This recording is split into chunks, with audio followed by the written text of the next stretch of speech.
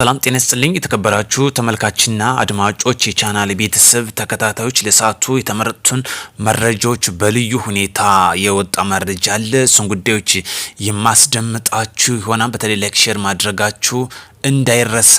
በዋነኛነት ከምንመለከተው በሴቶች ላይ የደረሰ ጉዳይ አለ። በፋኖ ታጣቂዎች እንግዲህ የአማራ ህልውና ጉዳይ ብለው እጅግ የሚያሳፍር ጉዳይ ነው። እሱንም የማስደምጣችሁ ነው የሚሆነው። መንግስት የዘረጋላቸውን የሰላም ጥሪ የተቀበለው በብዙ አቅጣጫ እየገቡ ይገኛሉ። እሱን ጉዳዮችን በዝርዝር እናዳምጣለን። ወደ ቀዳሚ መረጃችን በልዩ ሁኔታ ከምንመለከተው በተለይ የምንመለከታቸው እነዚህ እንስቶች የመረጃ ደህንነት ናችሁ እዘናቸዋን በማለት ፋኖች በግፍ ረሽኗቸዋን። በተለይ ቃል ኪዳን ተብላ የምትታወቁ ሞልነሽ ተብለው የሚታወቁ እና መልካም ተብለው የሚታወቁ እነዚህ እንስት የብልጽግና የመረጃ ሰዎች ናችሁ በማለት እዘናቸዋን በማለት ኢንተርቪውን በማድረግ በግፍ ረሽኗቸዋን። እንስት በደብረ ኤልያስ ተወላጅ የሆኑ የቀጋንት እና የጓጉይ ተብሎ በሚታወቁ ቀበሌዎች ተወላጅ ናቸው። በዚህ ቀጠና ሲንቀሳቀሱ መረጃ ሲያቀብሉ በተደጋጋሚ ይዘናቸዋል። ብዙ መረጃ ይዘናን ብለው እንግዲህ በግፍ ረሽኗቸዋል። አንድ ነገር ማስታወስ እዚህ ጋር በቂ ነው። ፋኖ ዓለም አቀፋዊ ሕግን መሰረት አድርጎ እየተከተለ ተቋም ነው የሚሉት አዚጋ ማስታወስ በቂ ይሆናል። የሴቶች መብት አለ። ወንጀለኛን የመያዝ የመቅጫ ሕግ አለ። እነዚህ ያልታጠቁ ሴቶች ናቸው፣ እንስቶች ናቸው፣ ወንድም እህቶቻቸው ናቸው። ስለዚህ በእነ መንግስቱ አማረ ፋኖ ተብሎ የሚመራው የአማራ ህልውና ጉዳይ እንታገልለታለን እያለ የራሱን እህትና ወንድም እየበላ ይገኛል። ለአብነት ማስታወሱ በቂ ነው። መምህራን ቾክ ዞ ስላስተማረ ርህራሄ የሌለውን ጉዳይ እየፈጸመ ለነዚህ ይራራሉ የሚለው ጉዳይ ምንም ቅቡልነት ቢሆን፣ ነገር ግን ጉዳቸው ማጋለጡ ተገቢ ስለሆነ ነው። ለሀገራችን የሚያስፈልገው ሰላምና ሰላም ነው። ጦርነት አይጠቅምም። እነዚህ እህቶች ያልታጠቁ ናቸው። ምንም ወንጀል እንኳን ያልሰሩትም ቢሰሩ ማሰር ከበቂ በላይ በቂ ነው። ደምቢዶሎ የአማራ ተወላጅ ተማሪዎች ታገቱ ተብሎ ሶሻል ሚዲያውን ስታስጮሁት የነበረ ታገቱ ተብሎ ዛሬ የራስን እህት እየበላህ የራስ ወንድም እየበላ ትገኛለህ። መምህር ቾክ ያዘ ብለው እንኳን በግፍ የረሸንህ ዛሬ ለእነዚህ እህቶች እንደማትራራ በግልጽ ያሳየህበት አሳፋሪ ጉዳይ ነው። ያልታጠቀችን ሴት እንደዚህ ማድረጉ በዓለም አቀፋዊ ሕግም ተቀባይነት የሌለው ጉዳይ መሆኑ በግልጽ ራሳችሁ አውጣችሁ ያሰጣችሁት ነው። ስለዚህ እጅግ ያሳፍራል፣ እጅግም ያሳዝናል። ሌላኛው ጉዳይ ከምናነሳበት መንግስት የዘረጋላቸውን የሰላም ጥሪ ተቀብለው ገብቷል። በተለይ ቀጠናውን እየገባሉ፣ በሰሜን ወሎ ዞን እየገባሉ፣ በጎጃምም እየገባሉ። እሱን ጉዳዮች እንዳስሳለን። በሰሜን ወሎ ዞን ላስታ ወረዳ ተብሎ በሚታወቀው ያሳምነው ጽጌ ኮር በተለይ በነፍቅሩ ሙልዬ ይመራን ተብሎ የሚታወቀው ተስፋ የተጣለበት መንግስት ይዘረጋላቸውን እስከነሙሉ ትጥቃቸው ተቀብለው ገብቷል። አንድ እንስትን ጨምሮ ማለት ነው። መንግስት ይዘረጋላቸውን በዚህ በአሳምነው ጽጌ ኮርፋኑ ታጥቀው ሲንቀሳቀሱ የነበሩ መንግስት ይዘረጋላቸውን እስከነሙሉ ትጥቃቸው ተቀብለው ገብቷል። እጅግ እናመሰግናለን። ይህን ድርጊት እያያችሁ መንግስት ይዘረጋላቸውን ሰላም ጥሪ መቀበሉ እጅግ አትራፊ ነው። በተለይ በደብረ ኤልያስ በእነዚህ 3 እህቶች የተሰራው አስነዋሪ ድርጊት ለሁሉም የፋኖ ታጣቂዎች ወደ ሰላም ፊታችሁን እንድትመጡ አይነተኛ አስተማሪ እንደሚሆን በግልጽ ያስረዳን። ለሀገራችን የሚጠቅመው ሰላም ብቻ ነው።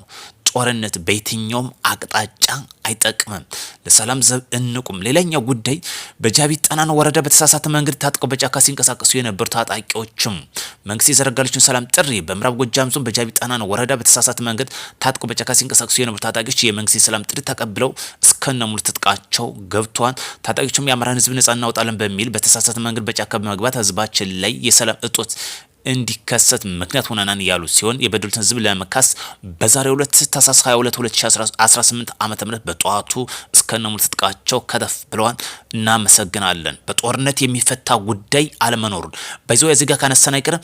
በምዕራብ ጎጃም ዞን ጃቢ ጠናን ማለት እነስ የደህንነት አገልግሎት ወይም የመረጃ አገልግሎት ይሰሩበታል ተብሎ በግፍ የረሸኗቸው እነዚህ 3 ሴቶች በዚህ ቀጠና ሲንቀሳቀሱ እንደነበር ሲጠቅሱ ነበር በጃቢ ጠናን።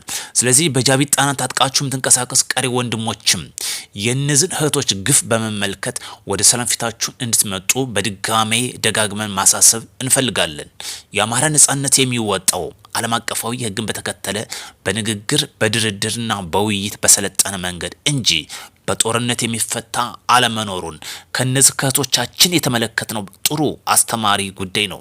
እና መንግስቱ አማረ ተብሎ የሚታወቀው የአማራ ህልውና ጉዳይ ዋና መሪ አስተባባሪ ነው እያለ በሴቶች ላይ ጭክንና በተሞላበት መልኩ እንደዚህ አይነት ድርጊት ያሳፍራን፣ ያሳዝናን። እጅግ በተለይ እነዚህ ሴቶች ማሰሩ በቂ ነው። ወንጀል ቢሰሩ እንኳን ከበቂም በላይ በቂ ነው።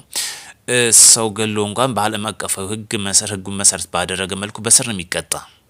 እንደዚህ አይነት ውንብድና አሳፋሪ ነው። ውድ የቻናል ቤተሰብ ተከታታዮች የፋኖ ገመና ይህን ይመስላል። ከዚህ በላይ በቂ አስተማሪ አለ ብዬ አላምንም። እንደ ሽንኳራ አገዳ እጁን ሲከተክትም ተመልክተናል። ከዚህ በላይ አስተማሪ አለ ለማለት እጅግ የሚገርም ጉዳይ ነው። አዲስ የሆናችሁ ሰብስክራይብ ማድረጋችሁን እንዳትረሱ። መረጃ ሁሉም እየየው የፋኖን ጉድ እንዲሁም በምስራቅ ጎጃም ዞን በአሶ ሊበን ወረዳም መንግስት ይዘረጋላቸውን የሰላም ጥሪ ተቀብለው ገብተዋን እናመሰግናለን። ወንድሞቻችን በርካታ ታጣቂዎች መንግስት ይዘረጋላቸውን የሰላም ጥሪ በየተለያየ ቀጠና እየተቀበሉ እየገቡ ነው። በጎጃም በአሶ ሊበን ገብተዋን፣ ጃቢ ጠናን ገብተዋን፣ እንዲሁም በወሎ ላስታ ያሳምነው ጽጌ ኮሬ ነበርም ገብተዋን። እናመሰግናለን። ገናም ይቀጥላል። በሰሜን ሸዋ ዞን መርሐቤቴ ወረዳ ህግ የማስከበር ዘመቻም ተወስዷል። በዚህም በተወሰደው እርምጃ በርካታ የነፍስ ወከፍ መሳሪያዎችም ገቢ ማድረጉን ተገልጿል። በተለይ ክፍለ ጦሩ አዛዥ ኮሎኔል ማቴዎስ ማዴቦ እንደገለጹት በርካታ ታጣቂዎች ሲጠቀሙበት የነበረው የሎጂስቲክ የትጥቅ መሳሪያዎች በምርኮኛ መልኩ ገቢ ማድረጉን ገልጿል። በጦርነት የሚፈታ የለም። ለሀገራችን የሚያስፈልገ ሰላምና እረፍት ብቻ ነው። ለዚህ ደግሞ መንግስት ያቀረበውን የሰላም ጥሪ መቀበሉ በቂና በቂ አስተማሪ ይሆናል። በዛሬው ዕለትም በአንጋፋው የአገው ፈረሰኞች ክብር በዓል በዩኔስኮ ለማስመዝገብ የመጨረሻ ጥናት ግምገማ በማድረግ በባህር ዳር ይካሄዳል። በዚህም የአገው ፈረሰኞች ክብር በዓል በዩኔስኮ ለማስመዝገብ በአዊ ብሔረሰብ አስተዳደርና በእንጀበራ ዩኒቨርሲቲ በጋራ በመተባበር ጥረት እየተደረገ መቆየቱ ይታወሳል። በዚህም የመጨረሻ ጥናትና ግምገማ በባህር ዳር እየተካሄደ በዛሬው ዕለት ይገኛል። ለዚህም የአዊ ብሔረሰብ አስተዳደር ወካይ ማህበረሰብና ክፍሎች ተገኝተው 86ኛው የአገው ፈረሰኞች በዓል ጥር 23 2018 ዓ.ም በእንጅብራ ከተማ በደማቅ እንደሚከበር በዚሁ አስታውሷል ማለት ነው። ለዚህ በዩኔስኮ ለማስመዝገብ እንግዲህ በዛሬው ጥናት እየተደረገ ይገኛል። ከእንጅብራ ዩኒቨርሲቲና ከማህበረሰቡ ጋር በተቀናጀ መልኩ በተደረገው ጥናት በዛሬው ዕለት በባህር ዳር ጥር ታህሳስ 22 2018 እየተካሄደ ይገኛል ማለት ነው። ውድ የቻናል ቤተሰብ ተከታታዮች ለሀገራችን ለመስራት እንዘጋጅ። ለጦርነት አይጠቅምም፣ አይበጅም። ሀገራችን ብዙ ጦርነቶችን አስተናግዳለች። የሚያስፈልጋት ሰላም ነው። ለዚህ ደግሞ በጫካ ያላችሁ ወንድሞቻችን ብትመለሱ አትራፊ ትሆናላችሁ። በጦርነት እንፈታለን ብላችሁ ጫካ የምትንቀሳቀሱ የሚመጣ ለውጥ የለም ሀገርን ከመበተን ውጭ። አዲስ የሆነ ሰብስክራይብ፣ ቢሰውነች ላይክ፣ ሼር ማድረጋችሁን እንዳትረሱ። በሌላ መረጃ እስክንገናኝ መልካም ቀን እንዲሆንላችሁ ከወዲሁ እመኛለሁ።